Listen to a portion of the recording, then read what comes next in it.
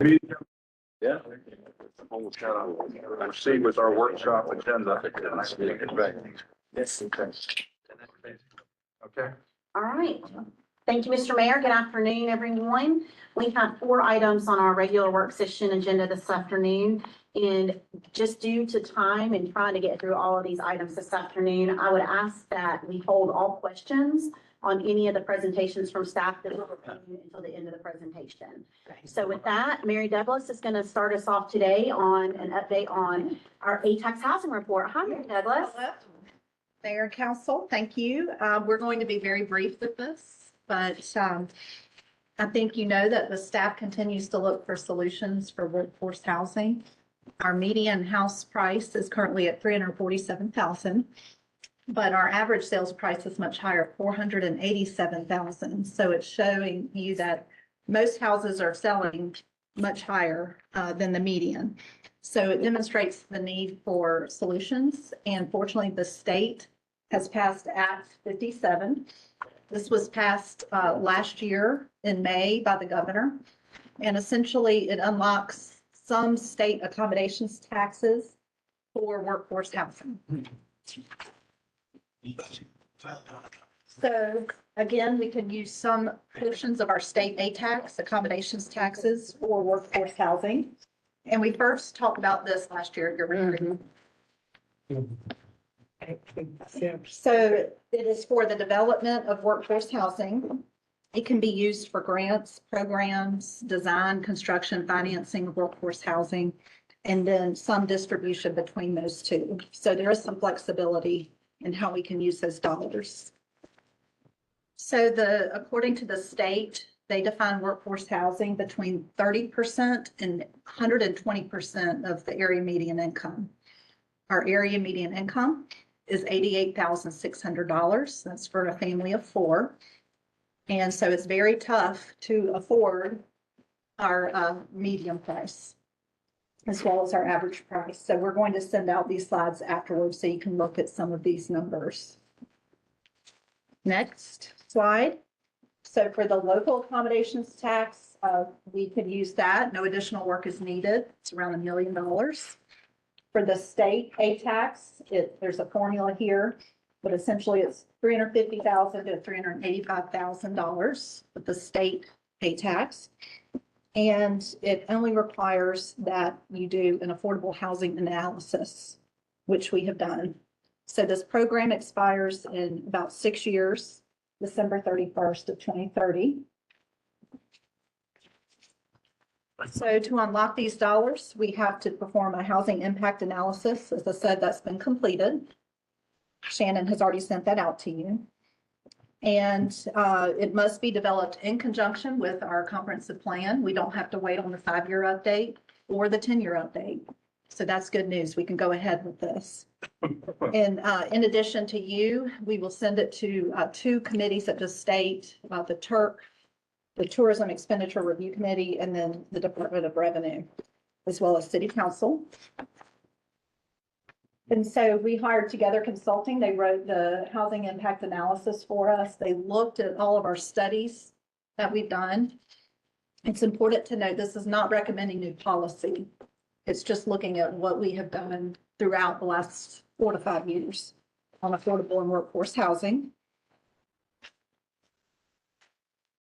Okay, and so next, we have already finished the housing impact analysis, as I mentioned. We will then take it to our Planning Commission on January the 7th for a public hearing and a recommendation to you. And if you'll go down to number 4 there, we will bring the ordinance forward to you to adopt and accept the housing impact analysis and also recommitting to our affordable housing goals in GBL 2040. Already mentioned number 3, and then we will do monitoring. So for the reporting of the money. And then eventually this will get incorporated into that 5-year update that the planning staff will work on next year. So with that is your briefing. Thank you, Mary Douglas. And so quickly, just to go over a couple of things for council.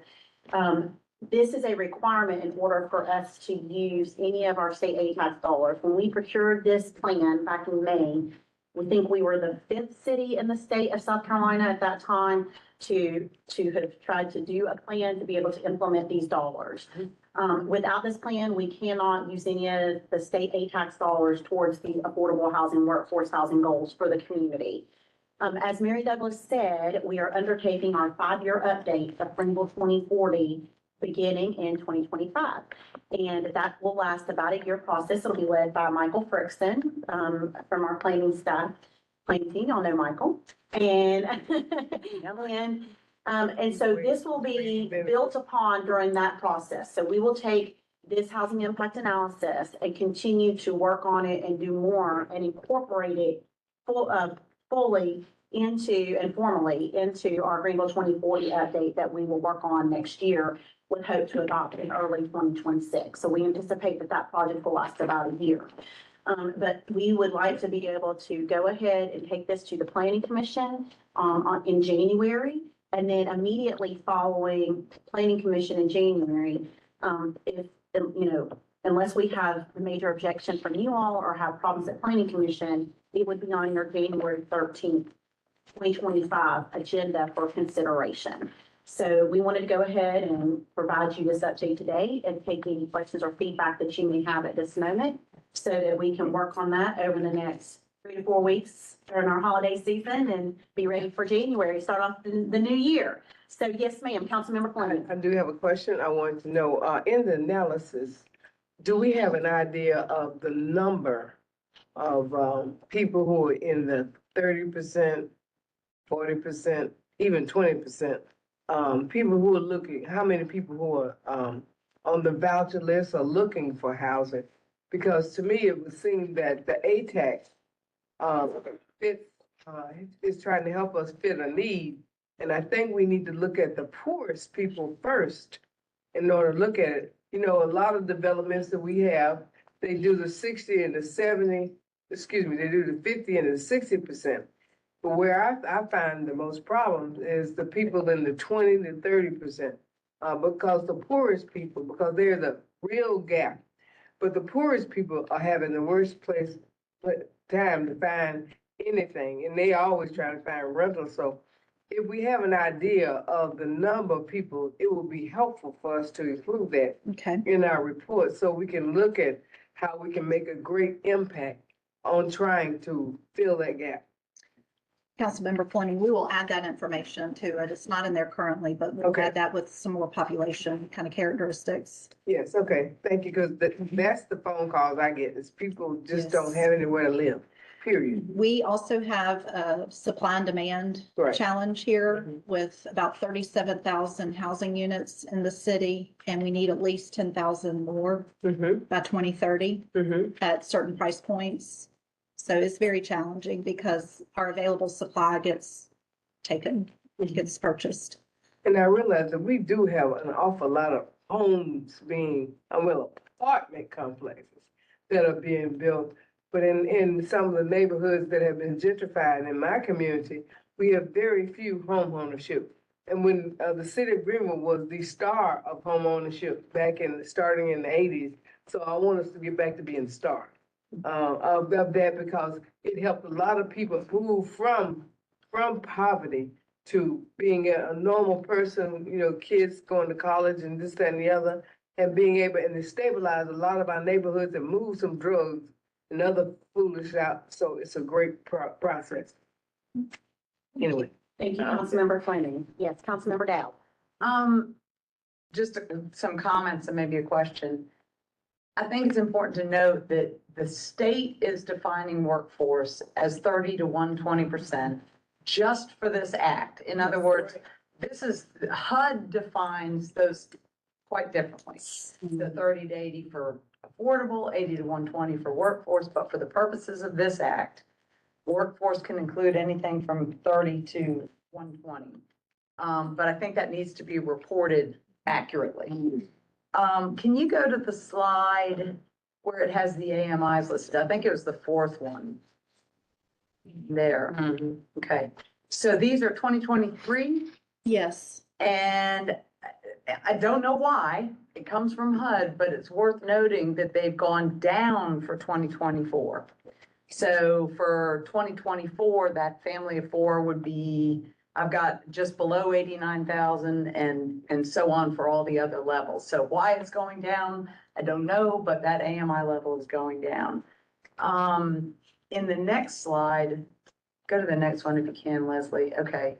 This one, just the wording of it, I don't want anybody to report it that the wording is kind of tricky. So it says that the set aside, okay, all right, that is 15% or 3% of local accommodations tax, potentially estimating around 1.05 for FY 2025 and 1.09 for FY 2026. This may be very obvious, but that is the set aside. That is not what we earn in A-tax as a total.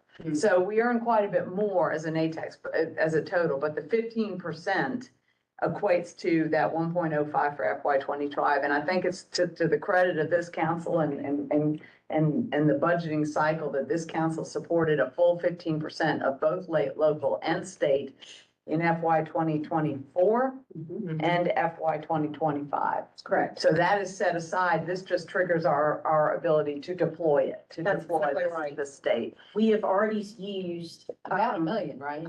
close to $1 million of our local, but we've not deployed any of our state because we are not allowed to do so until we have adopted this housing impact analysis. And that purchase of the Washington Trescott property, you know, is the first trigger to build or develop on there with something addressing what the intent of this legislation was.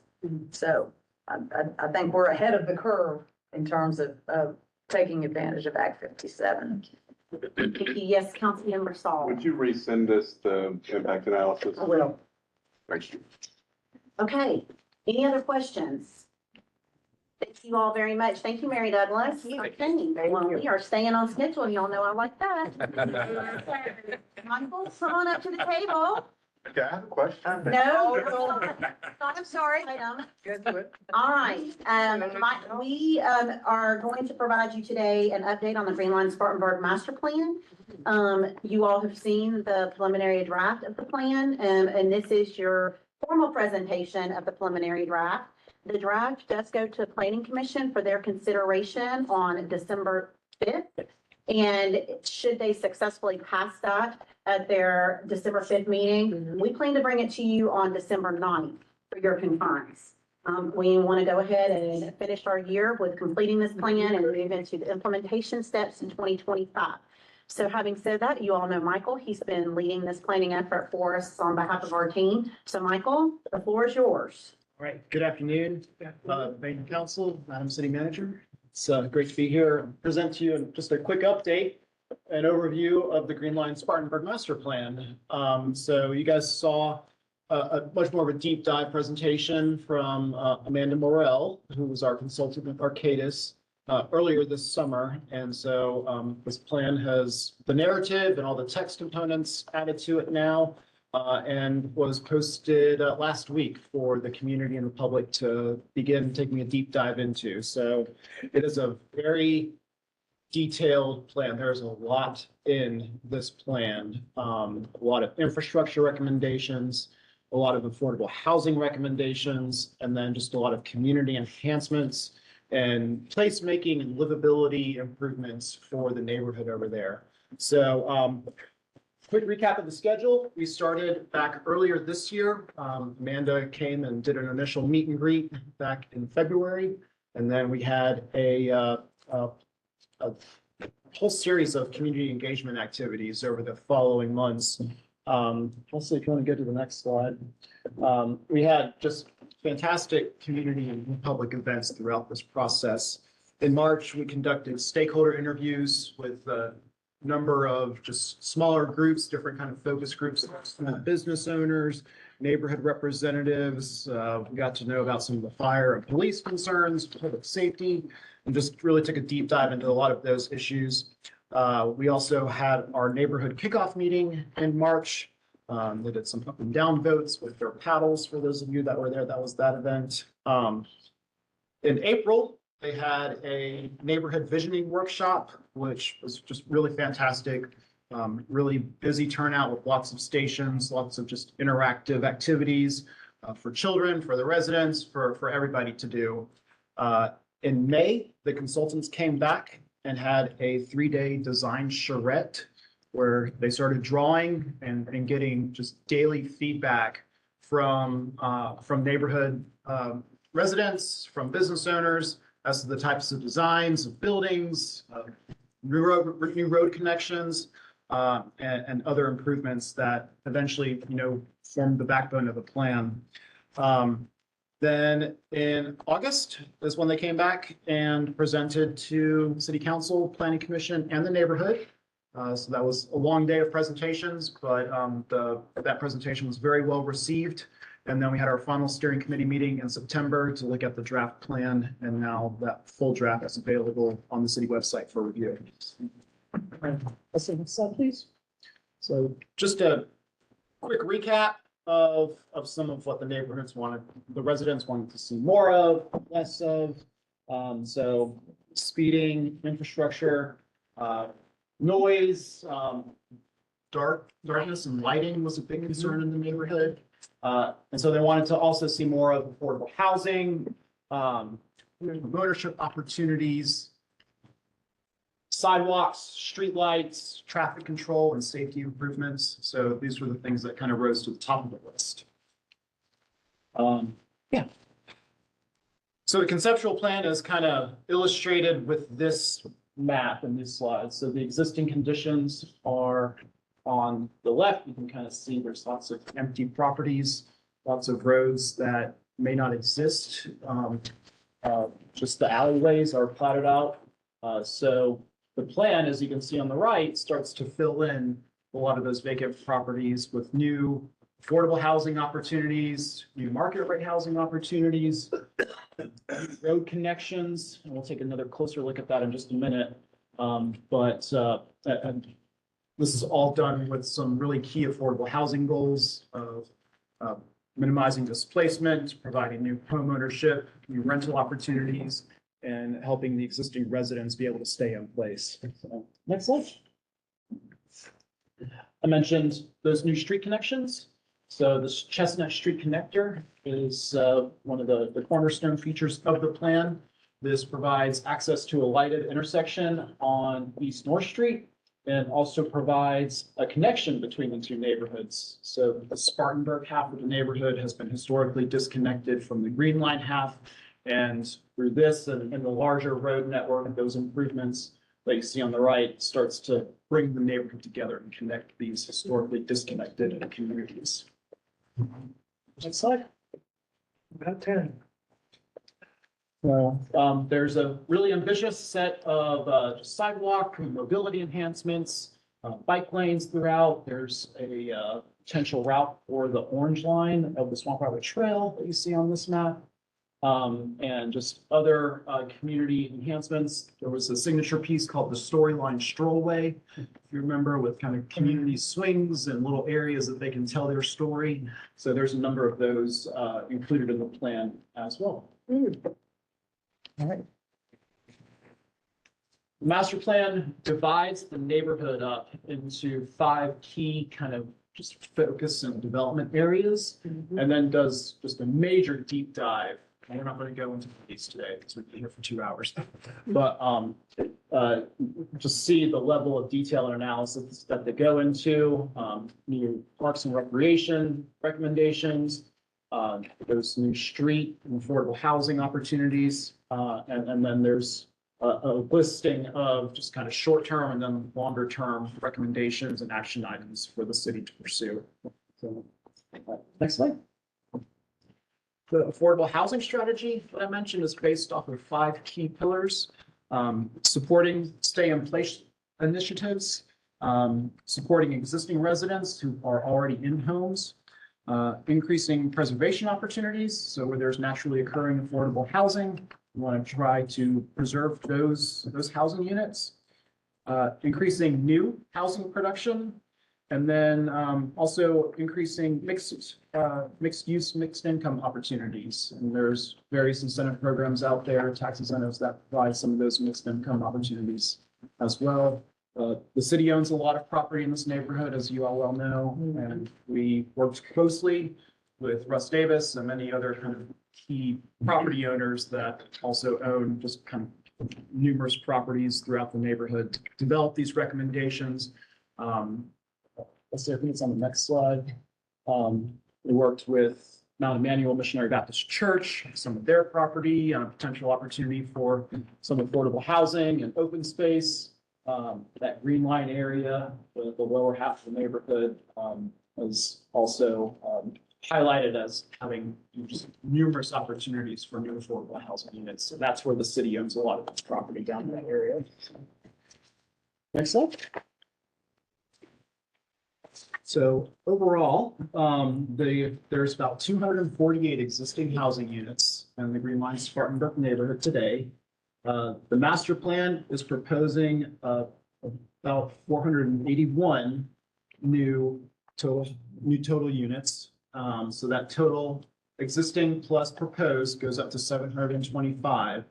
And of those new units, the affordable number of affordable is anticipated to be about 215 based off of the development scenarios that are shown in this plan. So this will take time. It'll take, working with private owners that are in the neighborhood and identifying, funding supports and potential incentives. But so if the development scenarios here are followed, we can get, a really nice number of new affordable units. And this is one of our big opportunities with this neighborhood to get this right. Next slide. The community center there, Tara and her team took a close look at a lot of these elements. So simple items like, dressing up the side with maybe a new mural, new programming there at the park, that's fixing up the baseball field. There's already some funding, I think, actually, to resurface the basketball court in there. Further out, there might be some opportunities to expand some of the parking over there. And there's a housing development further down the hill, potentially seeing that redevelop with new and additional affordable housing units at that site. So number of recommendations that could go into enhancing what's really the center of that community and where we did all of our meetings. The master plan and the community ranked the public priorities that were studied and considered as a part of this whole process. Just the top couple were improving the lighting situation throughout the neighborhood. That focus on upgrading the infrastructure, which is really needed for a lot of this other development to come along. And then upgrading those key intersections for safety. One of the top being that intersection right there at the community center of Spartanburg Street with that a possible raised speed table through there just to get people to stop and slow down at that sort of something. Right, Leslie? So just next steps, the plan is available on the city website. There's an option on there to go and provide any comments that the residents or constituents might have on the plan. So you can go on there and there's a public input link to provide those comments. Our planning commission public hearing is scheduled for December 5th, and it will be coming to you all after that. A couple of our first implementation items on there, but once the plan is adopted, we can begin looking at incorporating some of these recommendations into the city's capital projects list, as well as doing some outreach to our state legislatures for funding support and just seeking these opportunities as they arise. So, Chin? Thank you, Michael. Okay, any comments or questions? Councilmember Gibson. I have a comment. I want to thank Mike. Mike did a great job working on this. The consultant team that we brought in, they did an excellent job as well. There was a tremendous amount of support and activity from the community and helping to put this plan together. It's a really good plan. And one of the really, really great things about it is because we own so much property over there, it's a plan that we can actually implement and make happen. A lot of times when we do master plans, we hope that developers will come in and do what we've identified. But this is a situation that because we own the property over there, we can make sure that those things happen. This is, if when we pull this off, not if, but when we pull this off, it is going to be a tremendous, tremendous gift, not just for the community over there, but also for the city as a whole. So I want to thank everybody involved, and I'm looking forward to moving on it as soon as possible. Thank you. Yes, Councilman Mayor. Yeah, I just want to comment, yeah, just like Church Street, it's not only property we own, but it's also really good property. Good location. As we look at the housing mix and everything, could you speak first to Councilman Fleming's comments about home ownership? Because it kind of raises that. We got a lot of single family homes in there too. Do we talk about home ownership in this plan, number one?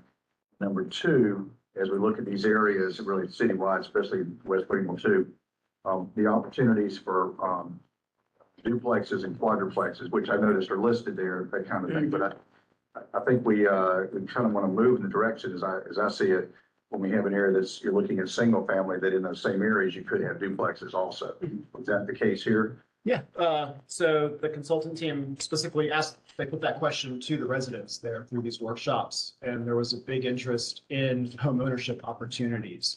And so that's a part of the plan is recommendations, strategies, funding pathways to be able to do affordable housing. There was a little bit of an education piece as well, since owning a home comes with other costs beyond just renting, and those incomes are calculated a little bit differently, but that was discussed with the steering committee, and it's a part of the plan. Like that, yeah.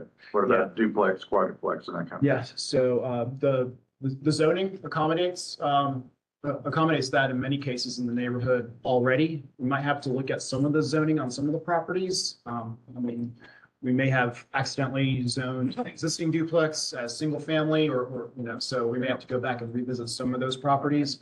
But we also have the option for the accessory dwelling units. So there's just opportunities for small infill. I just want to kind throughout, of underline that and go back to look at it, make sure that that is the case. You can do those in that neighborhood. So we're looking at opportunities through this plan for general density. That's what we call Yeah. it. General density is where it looks and fits in with the neighborhood. It's the same scale, it's the same form, it's the same mass, but there may be 2 or 3 units in each building instead of 1, but there's still opportunity for home ownership through that. I think we have a lot of opportunity to partner with our Greenville Housing Authority on some properties over here. And we learned about some of their new initiatives a couple of months ago from Carroll. And so I think there's a lot of opportunity there, and some of our other partners throughout the county that kind of specialize and focus in a smaller scale type of development for these, for neighborhoods. So anyways, I'm really excited about this plan and really look forward to implementing it. Yes, Councilmember Dowd. Michael, can you y'all need to number your slides. Can we go to slide 11? Because I'm going to go 1, 2, 3, 4. Slide 11. So this shows the housing mix. It's the table that shows to Lillian, to Councilmember Fleming and to the mayor's point.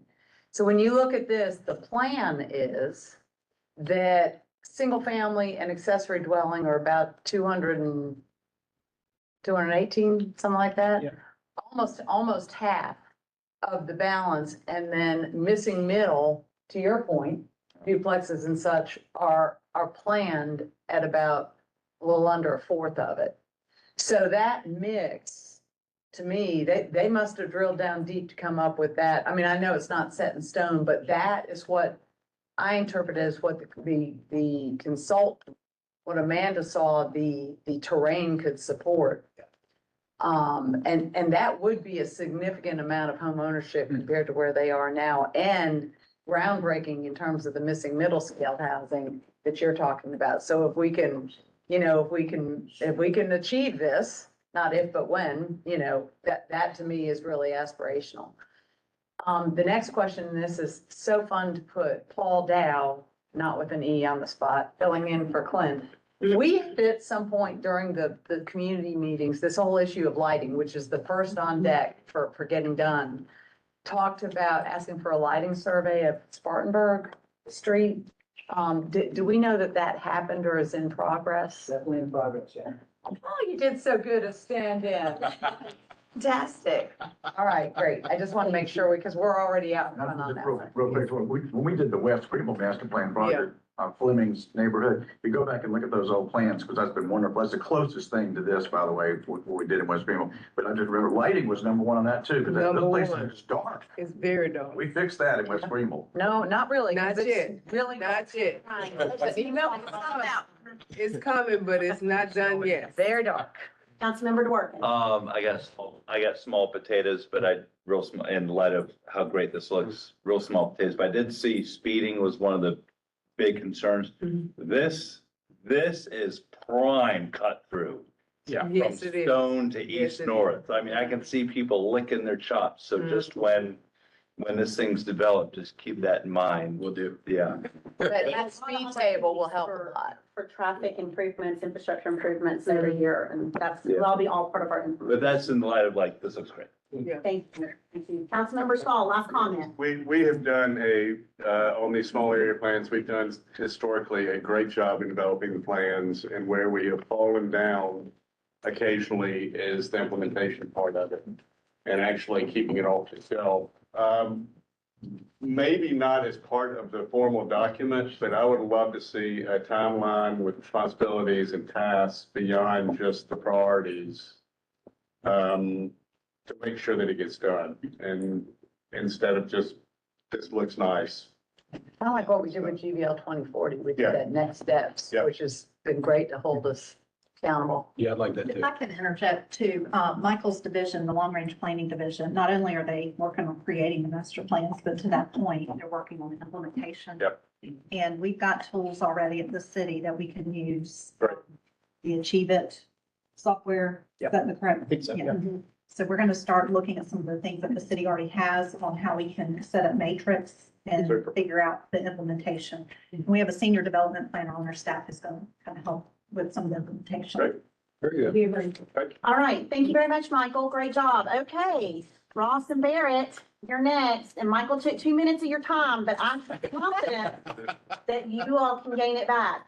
So Ross and Barrett are here this afternoon because we are working on our 18-month code update, which we were not required to do, by the way, under the ordinance. We were only required to do a 6-month and 12-month code update, but because we've had such good feedback from the community, we are just deciding we're just going to keep going on this 6-month interval until we don't. And so on our 18-month code update, one of the things that we're spending a lot of time looking at are use standards for commercial use. You all have been contacted about this a lot, I think, as each of you been council members, both under the previous LMO and under the current Greenville Development Code, about some of the standards that are required when we do change of use from an existing commercial use to another commercial use. So for example, when you have a retail store that becomes a restaurant, what change of uses are, what standards should apply? But vice versa, when a restaurant becomes retail use, what standards should apply? And so Ross has done a lot of great work on this and has come up with a proposed solution, which I think is a really innovative and unique, and is something that I don't think a lot of communities have implemented. We are here today to only receive your feedback on this, to let you know that this is something we are working on, and to give you time to think about it and come back and talk to us over the next couple of months before the 18-month development code review shows up at your doorstep. So that is what that is. That's what we are here today. So I just want Ross to explain it so you know what we are looking at. And then if we don't have time for discussion today, you can come back to us afterwards with other questions and comments. In addition, we've got one thing on tree preservation that Barrett's been working on that we want to also get your feedback on as we work on the 18-month code update. So with that, Ross.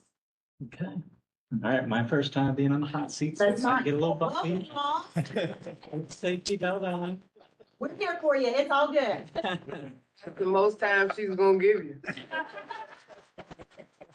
Better go. Okay. All right, so just quickly here, just the background, we adopted the code back in 2023, and we've already had 2 rounds of updates that have been adopted, and now we're working on the 3rd round. So next slide. So as far as a timeline, we're going to move pretty fast here in the next couple of months. Next week, we'll be doing our 30-day public notice posting with all of the changes, not just what we're going to talk about today. And then later in December, we'll be doing the project preview meeting where anybody can come and talk to us about the proposed changes, see those for the first time, and get some feedback if we're in the right direction or not. And then in the beginning of January, we're looking at doing some copy with the code or COCO with the code maybe. So that it's similar to the project preview meeting, folks can come and specifically talk with us, and we've hosted those before. They've been pretty good success. And then if all goes well, we're looking at January 7th for planning commission to take their first look at it, and eventually that would go to council in February, March. So as Shannon stated, change of use is going to be the big highlight. So if you want to go to the next slide here. And we're working on a memo to get that to you. I don't know if that's been shared yet or not, but we'll get that so it'll give in a little bit more detail than I'm able to talk about today. But just so we're all clear, change of use, what we're talking about is just a change from one use type to another in our zoning use table. So things like general retail to general office would be a change of use, or a restaurant to retail would be a change of use.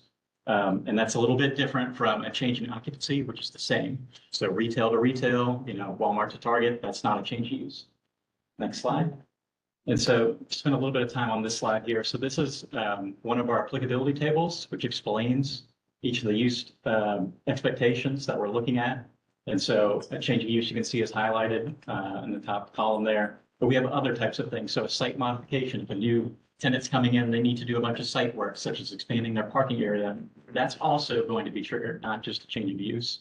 Or if they're doing a major renovation where they're spending, $1 million, we'd be looking at that new construction table where we're able to hold them to a higher standard. So right now, this is what we've got on the books, and you can see it's a little bit tiered, not everything's bubbled. And then the standards that are highlighted in the left rows there are what are expected. So pedestrian access, bicycle parking. Pedestrian access is basically having a clear route for pedestrians to walk from the front door to the public sidewalk, if there is one, or at least getting them out to the road. Bicycle parking is pretty self-explanatory, just having enough if there isn't any. And then vehicle access, we've scaled this down since the 12-month update to just looking at parking count. So do they have enough parking? So if it's a restaurant, that's going to need more parking than a retail. And then parking stall dimensions. Sometimes some of these existing parking lots don't have the right aisle width dimensions, and it's a little cramped, so we get that fixed. And then the last one here is screening. And so we're looking at frontage screening, which is basically a landscape area between parking on site and the street. So having a little bit of a buffer, so it's a little bit more aesthetically pleasing with trees and shrubs. Dumpster screening, self-explanatory, and then equipment screening, and that's more of your HVAC, rooftop units. We don't want to see those, so those need to be screened. Ground mounted equipment, same thing. And so, as you can imagine, again, this is, if you're going from like a retail office, you might not be anticipating that you're going to have to do all of these things. The site that you may be looking at, you're thinking it's just move-in ready. And we're seeing that with a number of applicants, not realizing, not budgeting, that they're going to have to do these improvements. And so they're getting caught up on that, and then they're getting very frustrated very quickly. And sometimes they get help from the landlord if they're leasing, sometimes they do not. And so then it comes back on them. And so that's where this kind of breakdown's happening. So on the next slide, we're talking about what we need to do. So we started looking at other communities kind of in the southeast area. So not just South Carolina, and seeing what they do. We found that we were a little bit unique in our approach, but a number of communities didn't require much. So, kind of in response to that, we said, all right, what did we find that we did like? And we saw that Asheville and Raleigh were kind of two examples, had a tiered kind of approach. And so we said, let's try to do something along those lines. So what we're going to propose is that in our use table, which explains each type of use, so restaurant, office, retail, we break that into 3 different types of intensities. So retail might be a medium intensity, residential single family be a low intensity, warehouse or industrial will be a high intensity. So just breaking that use table down into those 3 categories. And then if you remember back on the previous slide where we had change of use in that column, we'd split it between major and minor change of use. Major change of use being an increase in intensity. So if you're going from a medium intensity to a high intensity, that would be a major change of use. And then a minor would be equal. So if it's medium to medium or medium down to low, that would be a minor change of use. And then we're also proposing a little bit of tweaks to that with our shopping centers, where there's kind of a question about who should be responsible and when on some kind of shared elements, things like shared signage, freestanding that might not be conforming, that would need to be brought into compliance. So on our next slide, so think about those bubbles. A minor change of use, we'd just be looking at density, which is that development bonus, use regulations, so specifically tied to that particular use. So in the case of a retail, there probably isn't any use standards, but in the case of a bar or nightclub, there would be use regulations. And then vehicle access and parking. So things like, do they have enough parking? So trying to keep it very simple. A lot of our projects may end up falling in that minor change of use compared to today where they'd have to be doing all those standards that we talked about. And then a major change of use. So if you're increasing that intensity, if you're going from retail to say a restaurant, you're still going to be held to the standards that we're expecting today. So all of the minor change of use plus that multimodal with the bicycle parking, pedestrian access, and then transitions and screening. So next slide. And so again, just some examples for the sake of time, we'll just kind of keep it simple. I've kind of alluded to this a couple of times, but hair salon to a retail store, that would be a medium intensity to a medium intensity. So currently that would trigger these site improvements, but under this proposed change, it might not trigger much. That site might be compliant as existing. And then looking at like furniture store to restaurant and shopping center, that would be a major change of use. That would still be held to all those standards. And then depending on if it's an anchor tenant or a non-anchor tenant, you may have to do those kind of common improvements like the signage. So those are some of the examples. So we'll leave some time for Barrett if there's any questions. Thank you, Ross. So the way that we've been working on it is Ross and the team have been going through all of our uses that are outlined in the Greenville Development Code. And right now we're working on deciding if they are a low intensity use, a medium intensity use, or a high intensity use. And the idea is that essentially, if you are a medium intensity use and you are changing, or if you have a building that was previously a medium intensity use and you are changing that use of that building to another medium intensity use or to a low intensity use, that would be considered a minor change of use, and you would have very few development standards that would then be triggered that now have to apply. So those are the things that you all hear about a lot was, well, I was going from a restaurant, which is a high intensity use, to a day spa. And why am I having to do all of these things? And then in the other situation, but if you were a day spa, and now all of a sudden you're going to become a restaurant and it's a higher intensity use mainly because of the parking demands that a restaurant generates, then all of the standards that apply today would then be triggered, as well as making sure that you meet all of the access and the parking standards, as well as some of the landscaping, transition, and buffering standards. So we're trying to make it easier, especially on small businesses, as they go into buildings that maybe had an intensive use to maybe a lesser intensive use. And that is the whole intent and purpose of this. So we wanted to get your comments and or feedback. If you want to talk about it, obviously one-on-one with us, we're happy to do that. But wanted to kind of throw this idea out there to you about something we're looking at. Yes, Councilmember Brazington. Good, thank you. Like it, Ross. Good job. Good job. Yeah, well, Barrett's next. Get that. Oh, he's coming. So to your point, to Councilmember Fleming's question about ATAX, I mean, do you already have an approximation of how many businesses that this is designed to support and benefit? We don't yet, Appreciate it. but when we were developing this, all of those examples that Ross showed are real life examples that we took from permitting that we dealt with in the last year. And we just didn't put business names up there Yeah. because we didn't, but we could probably go back through the last year of commercial permitting and try to figure out exactly how many businesses this would have benefited by this change. Yeah, sure sounds like the majority of Yeah. those, yeah. But that's why when all of Ross's examples were real examples that we have dealt with in the last year of permitting, and that's why we used them. Good. So can you go back to the slide where you had the real life examples? But Yeah. all right. So what you're saying is in the last year, a hair salon, in theory, was converting to a retail store. This was like for like, did you say medium use to medium use or Yeah, low This to? would be, that example would be a minor change. A minor whereas change. Today, they have. So to do- whereas today they had to do the screening, the bike rack, That's the right. everything. And under the ordinance change, they would be like to like. And it'd be minimal. Right. So it sounds like, well, I don't know. Is this opening it up to a lot of discretionary action by the planning administrator, or is everything gonna fit neatly into a low, medium, or high? Do you think? To answer that question, I have two responses to that.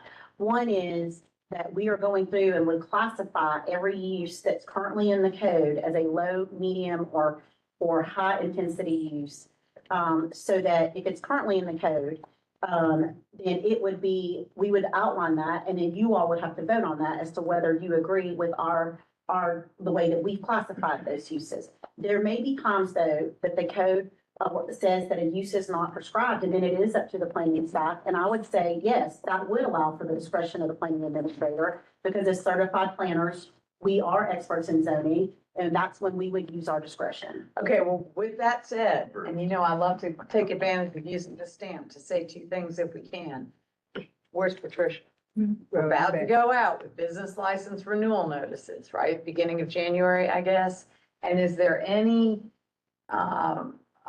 thought to providing anything in there to communicate, you know, whether it's on the business license for renewal form or whatever, you are a low intensity use, you are high, because the business owner is just interested in, you know, making their business successful. They don't get into all these weeds. I don't know that we would need to do that on existing business license, because it's only gonna come into play when a change of use comes into the building. Well, it does apply if they move. Right. So I'm That's an fine. existing business, I've had a spa forever, and now I want to move to this great lawyer's office.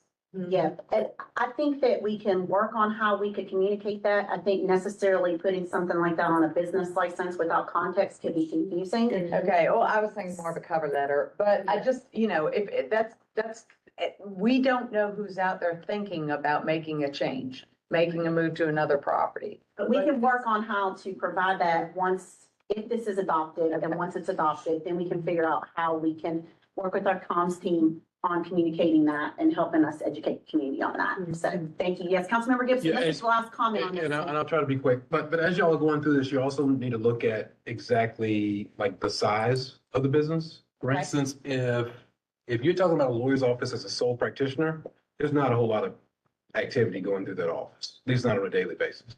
And you change it to a spa or wellness business that has, say, 8 or 9 operators in there, you're talking about a significant change in activity. So just looking at it from a categorical standpoint without taking that into consideration, we may run into problems.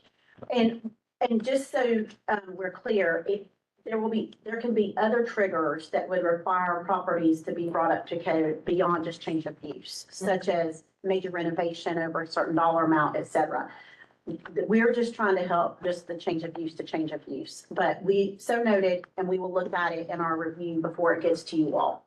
Okay. I would just say it's not perfect, nothing's gonna be perfect, but thank y'all for bringing some common sense to this, because this is the kind of thing that gives us all a bad look every time when these things come up, so. Thank you. We are definitely trying hard, and I appreciate our team's work on that. Thank you, Mayor. Barrett? Sure. Okay. All right. So I'll hit this really quickly. This is another kind of new concept that we're evaluating. We could go to the slide. There we go. So we are evaluating this idea of tree preservation corridors. It's been mentioned to us a couple times, this idea of preserving the tree canopy in particular along our major roadways. And so I-85 and I-385. And so we are looking at particular language that would, in one part, actually reinforce a buffer along that edge for new development. And then the second part would actually be preserving trees along that edge in perpetuity, instead of allowing folks to cut them down and then just pay mitigation. We're actually looking at stronger language to make sure that those trees are preserved in place. So if we go to the next slide, the first part is screening. We do have some screening requirements in the code already, and so there's a pretty easy jump to establish a frontage screen along those major impact roads where new development would have to install a high-intensity screen. So it could be 30 feet deep with 4 canopy trees, 5 understory trees for every 50 feet. Or you could actually install a fence with some canopy trees and shrubs. We will look at some language to allow clustering. So some of those businesses like Hubble Lighting or TD Bank that really value their presence on I-85, we could look at some options to cluster that screening for new developments like that, so that we wouldn't diminish that value, but also help to reestablish that green buffer along that edge. Next one here. The next one is tree protection. And so that is looking at all those existing trees currently in our tree ordinance. Trees that are 6 inches or greater in diameter are protected and require mitigation. And so we're looking at language that would require preservation of those trees within 100 feet of the edge of the travel way. We looked at Hilton Head's ordinance for tree preservation and buffering down there. They're pretty shining example of what buffers along a major road can look like. And so we compared kind of our dimensional evaluation there, and 100 feet from the edge of travel way captures everything within the right of way into private property. And so we felt like that was pretty paramount that we start looking at those areas.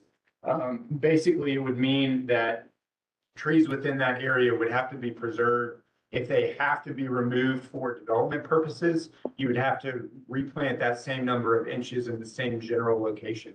So again, you could not pay for a fee in lieu of mitigating. You would actually have to replant those trees in that location.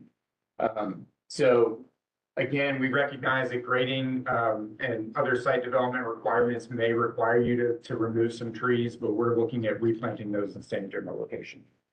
Next slide. So this is just kind of a quick snapshot. This is along 385. Gives you an idea of that 100-foot kind of buffer there and some existing canopy where it is actually healthy today. And so these are the areas that would be preserved and protected a little better. So this is the tree preservation kind of example there. And again, something that we're trying to get ahead of and make sure that we're preserving as much as we can.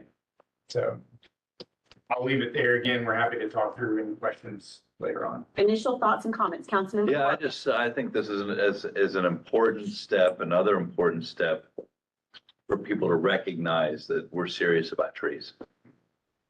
I mean, this basically takes away the buy your way out of it option. Certain for areas. these Certain particular areas. Particular areas. Yeah. That makes sense. Councilmember Stahl. A general comment about the ordinance generally.